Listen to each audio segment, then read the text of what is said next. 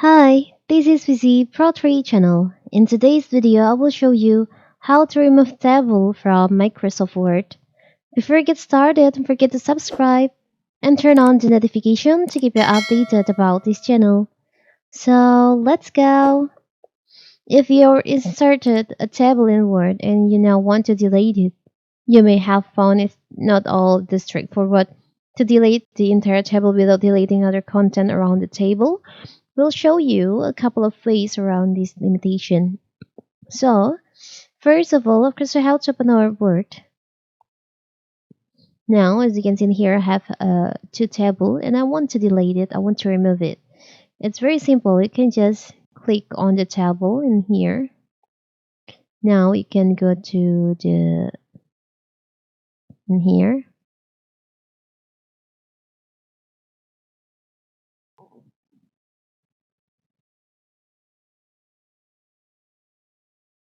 It's here.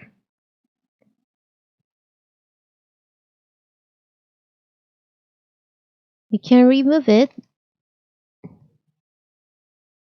You can just click right on the table and you'll find there is an option delete table. You can just click on that, click on delete table. So the table will be removed from your Microsoft Word. It's very simple, right? And also for this one, you can block the table, click right, and delete table. And the table will be disappear from your Word. If you want to insert another one, you can just click on table like this. And if you want to delete it all, you can just do something like that. Click right and delete table.